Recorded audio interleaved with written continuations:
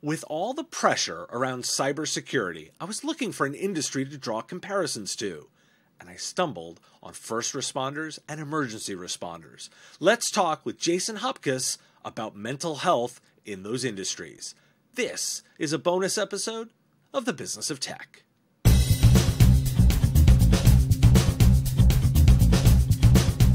Well, Jason, thanks for joining me today. Happy to be here. Thank you, Dave. So, Jason, I was super interested to talk to you today because of your background, but there's nobody that can tell that story better than you. Tell me a little bit about sort of your career arc and how you ended up doing what you're doing now. Yeah, well, that's a wild story that certainly goes into the weeds quickly, but kind of short summation, I have always been an entrepreneur, worked in a family business for a lot of years, heavy highway road construction, which morphed and evolved into real estate. I flipped properties, had some commercial properties, etc.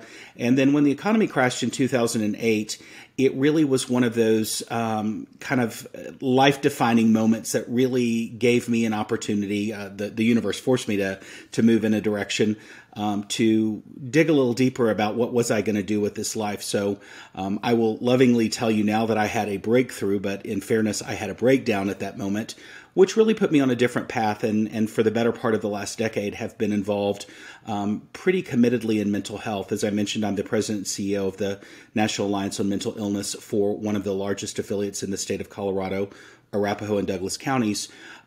And really from doing that work understood that people are struggling, that we have to have a place to get plugged in. In my own time of challenge and struggle, I recognized that it was just too hard to figure out where to go if you needed help.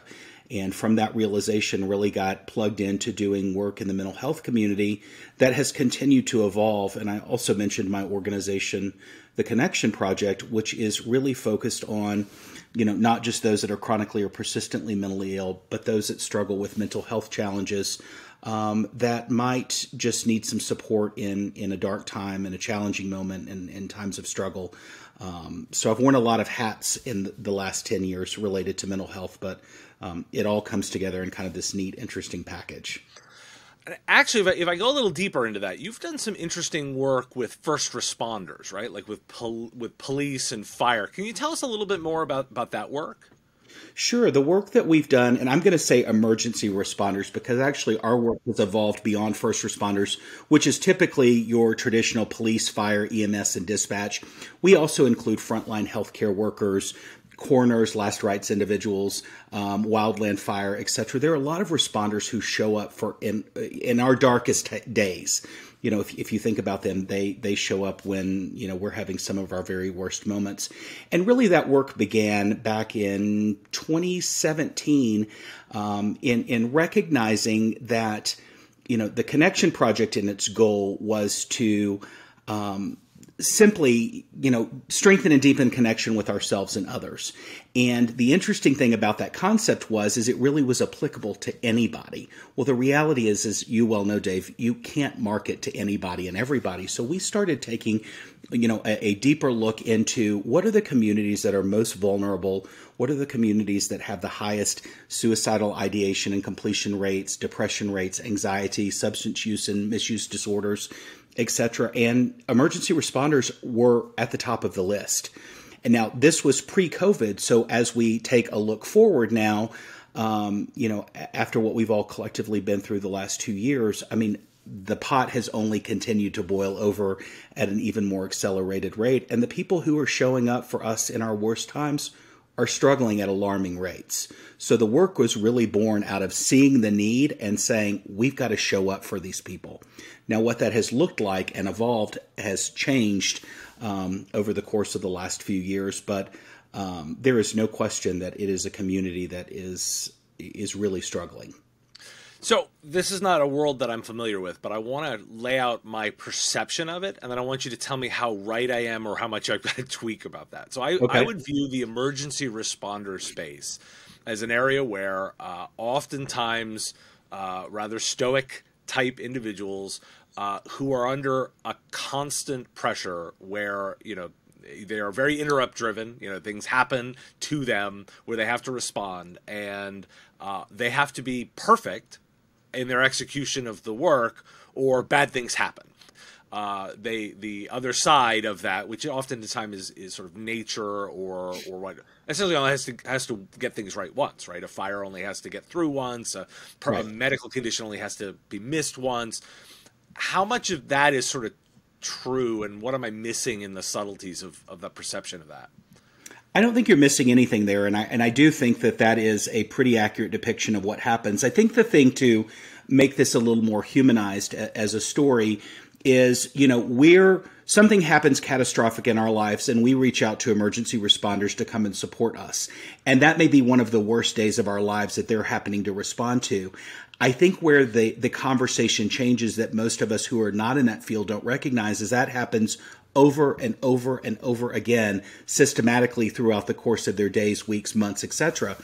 And I think from that kind of always being in a crisis state, we really are expecting a lot from individuals, and we've never really given them an appropriate off-ramp to unload what they're dealing with. If you think about the people that are showing up to support us, who's supporting them? And I think that's really where we jump into the conversation in recognizing that often from that stoicism that you see, or the network that kind of becomes the amalgamation of the people who are serving us, oftentimes they don't, they're not able to break confidences to go home and share with their families. And then we have families at home that, are wanting to support their loved one who's a responder, and they don't have all the pieces and information either. So it's a pretty isolated sort of field to be in that kind of becomes like this close-knit community, that can often look like sick people helping sick people. And that's not a good off-ramp for us to really deal with the trauma that they're dealing with day in and day out. Okay, so for my listeners, I hope they're hearing the parallels, which is what intrigued me here, so we spend a lot of time in IT services and more importantly, both help desk and IT security, where a lot of the parallels of what you describe are exactly the same pressures that these people face. A breach happens, you're having to respond in real time to criminals entering the business, holding hostages. Obviously, the stakes may be perceived differently, but the pressures work the same way, which is why I actually wanted to talk about, how do organizations deal with this? And now my parallel here is I'm thinking about these cybersecurity people that are working on being response, or they're dealing with help desks, and they have these incoming crises that look exactly like what you just described from regular, and I'm putting that in quotes, of physical emergency response. If I make this all cyber, it feels the same. So I guess my first question is so how do these organizations, if we're talking to the leaders of these orgs that look the same, how do they process this? What's the missing piece that these leaders need to start thinking about to make this situation better for their emergency responders? Yeah, I think in your instance, the missing piece for leaders in the organizations you're working with really comes down to starting with recognizing you're not alone. I think when things happen in our lives that are traumatic, they're sad, scary, we immediately go inward and assume that we're the only person fighting this battle.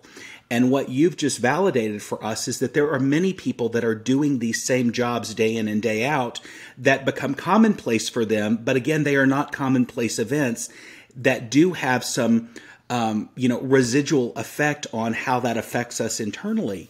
I think recognizing we are not alone is the starting point, and an invitation for people to start reframing that sometimes just being able to share about common or shared experiences with another person who understands can make a huge difference in solving that you're not alone problem. I think from there, then getting really tactical about, okay, recognizing we're not alone, what are the things that would help release the pressure for somebody or help them feel more supported in those times of need. But I have found by and large, it starts with recognizing you're not alone and being able to share and talk with other people who understand what you're going through. Is that something placed on the individual on the front line? Is that placed on the leadership? How do you build a culture of recognizing that? So, in the emergency responder world, that normally would start culturally from leadership down. And I do think that there is a real push for things to go from employee level up, the kind of the bottom up sort of approach to this.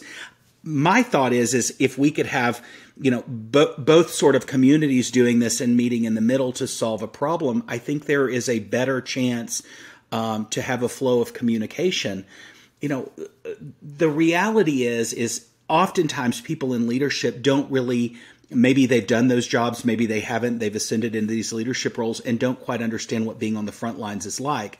I think opening dialogue and communication up to actually understand what is happening day in and day out and getting some real world feedback about what this is like for people that are doing these jobs, and then figuring out collectively together, how can we better serve you? Because I think recognizing you're not alone and opening lines of communication, that's not just a straight line to get there. I don't think you go from let's keep everything inside to, oh gosh, we're going to come together and have a kumbaya moment and talk about it. It doesn't work that way.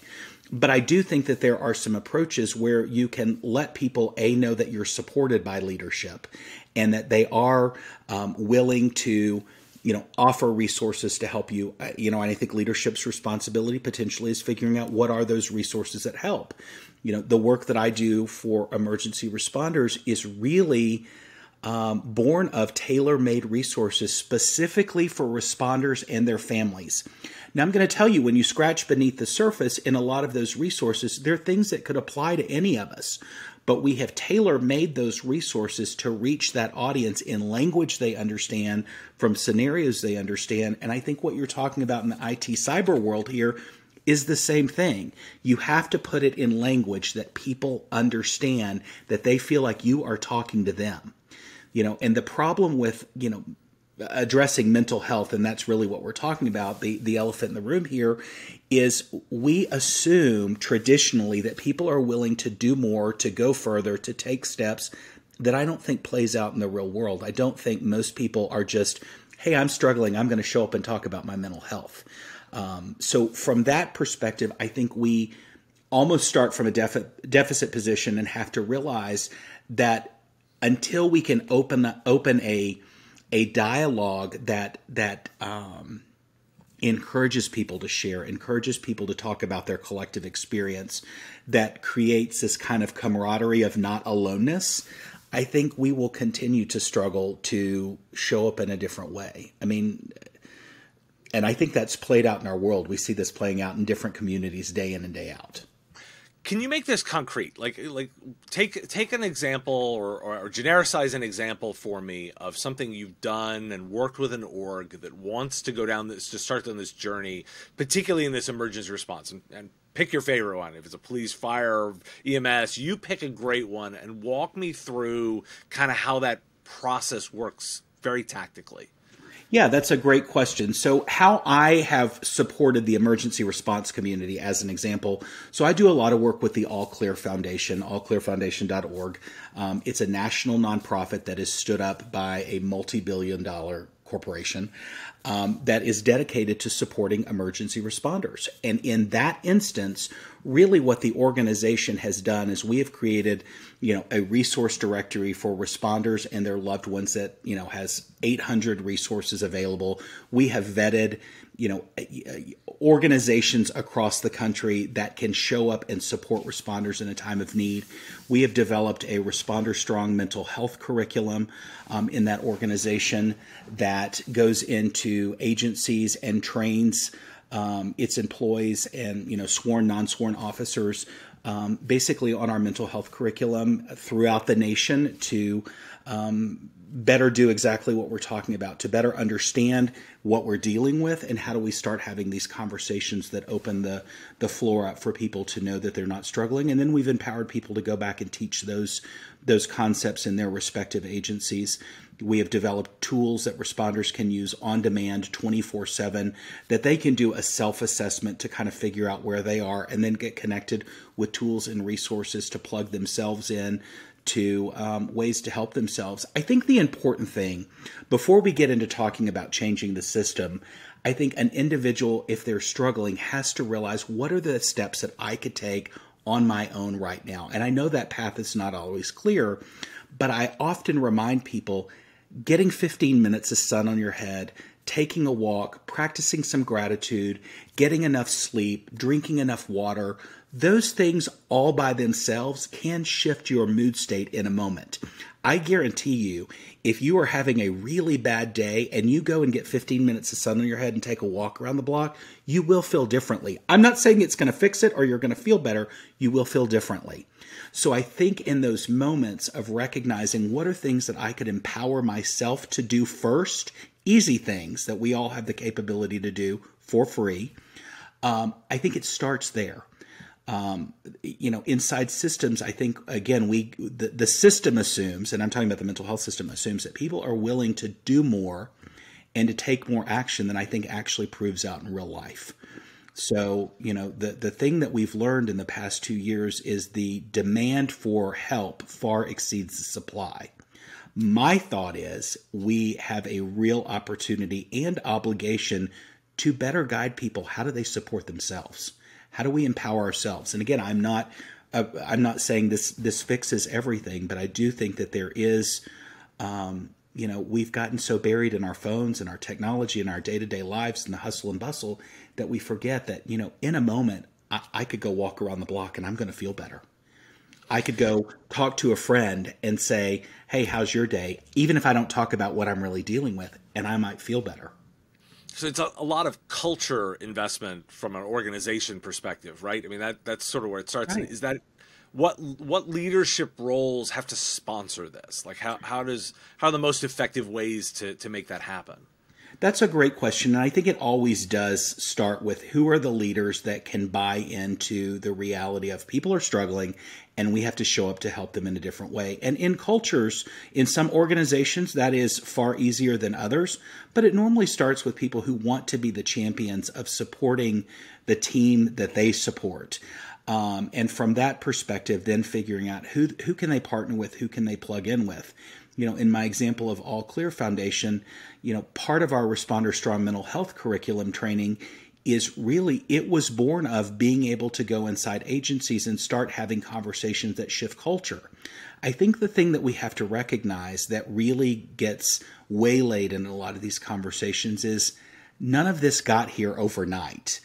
And to change culturally how we relate and interact with humans while we're doing busy jobs that have critical needs as components of them, it's probably not going to get fixed overnight either. And I think the push to want to fix everything immediately is fabulous. But the reality is it doesn't happen like that. I don't think human nature responds that quickly. I don't think leadership responds that quickly. But to your question, I think it really starts with identifying who are the leaders and who are the proponents of change in an organization that can really open the door to start having more thoughtful conversation around, hey, we're struggling here and we need some help. So what's the biggest mistake that you see with managers who may be well-intentioned but do something that is exactly the thing they shouldn't be doing? Do you have an example of something that's that obvious mistake that is kind of overlooked? I think the biggest mistake managers often make is not recognizing that they need to show up to meet their team. And I think conversation works both ways. And I think as a good manager, being able to be in the trenches a little bit with your team, understand what they're going through, what they're struggling with, ask them what they need. What can I do to help you? How can I serve you? I think that not doing that is a mistake. If you're not having, a two-way open door conversation around what's going on in your environment, I think you're missing a real opportunity to show up and be a strong leader. And what are those key warning signs that you want to make sure that leaders and managers know that they should be watching out for? What are those sort of key elements to keep an eye out for? Yeah, key elements that you might notice in your team is, has your productivity shifted? Has it decreased? Do you find that you have higher call-in rates or people that are no-shows for jobs? Is your turnover rate increasing? Are there things that are really kind of tactical things that you can pinpoint? And I think first and foremost is, and again, I'm not expecting managers to be therapists here, but just how engaged are you with your team? If John is not as engaged as he used to be, is that an opportunity for you to say, hey, John, I've noticed you don't seem engaged. Is there anything going on? Can I do something to support you? I mean, I really subscribe to the servant leadership sort of philosophy in my life, and recognizing that I am here to serve a collective and others. So for me, just to say this is how we're going to do it and go down the path is really short-sighted and not understanding, like, do people even want to be on that path? So I think it goes back to what we talked about earlier, is that you are not alone, but there is a real opportunity to start having, more open dialogue and communication. And I think that happens individually and collectively in teams. I think that, there are exercises that can be done to build rapport among teams if there's not, currently rapport that is supportive or healthy. And there are people who can help. I mean, I go in and work with organizations all the time on how do we change the culture here. And again, it's not saying you did bad and you did good. It's recognizing that we can do better together. Well, so if leaders and managers that are listening to this want to sort of start working with their organizations, what are some of the resources that you want to point them to get started? I think you should start by looking, are there specific support resources for your industry? And the reality is, in what you're talking about, there may not be.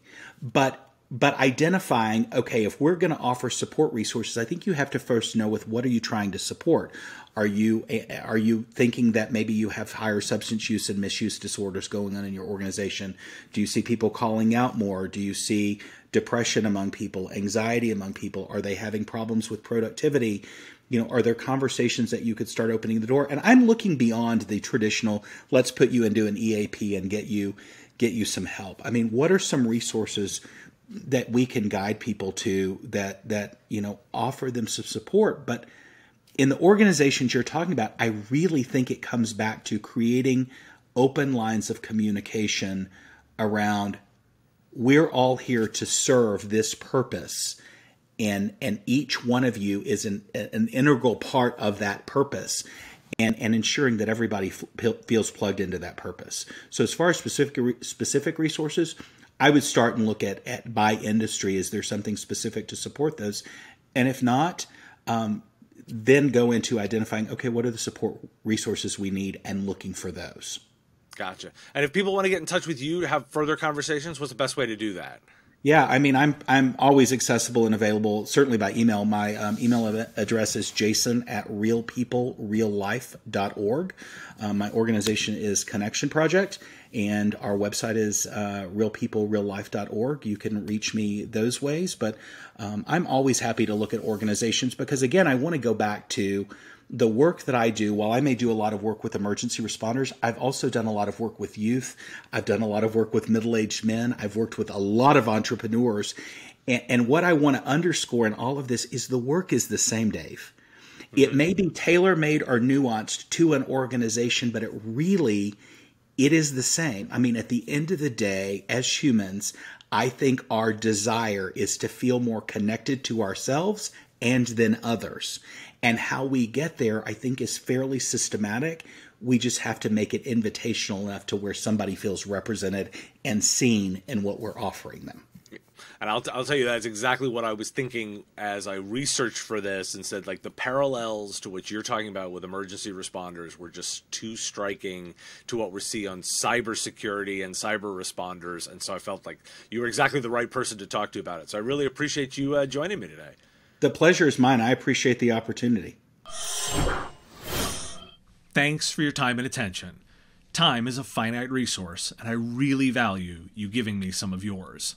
If you like this video, you can let me know with a like of the video, and even more valuable, hitting the subscription button. My content is all free, and I use metrics like subscriptions to pay the bills, so it has real value. The content here is produced under ethics guidelines posted at businessof.tech. If you're interested in more content like this, you can get access to content early via our Patreon at patreon.com/MSPradio. It's our give what you want model where you set the value of what you think the content is worth. If you like this podcast, you can catch it daily as the 5-minute news and commentary show, The Business of Tech. Available on all your favorite podcatchers with links at businessof.tech. Just hit that big blue button to subscribe. Again, thank you for taking time out of your day to listen, and I really value the interaction. If you want to say something in the comments, I do respond and watch all that, and I look forward to talking to you next time.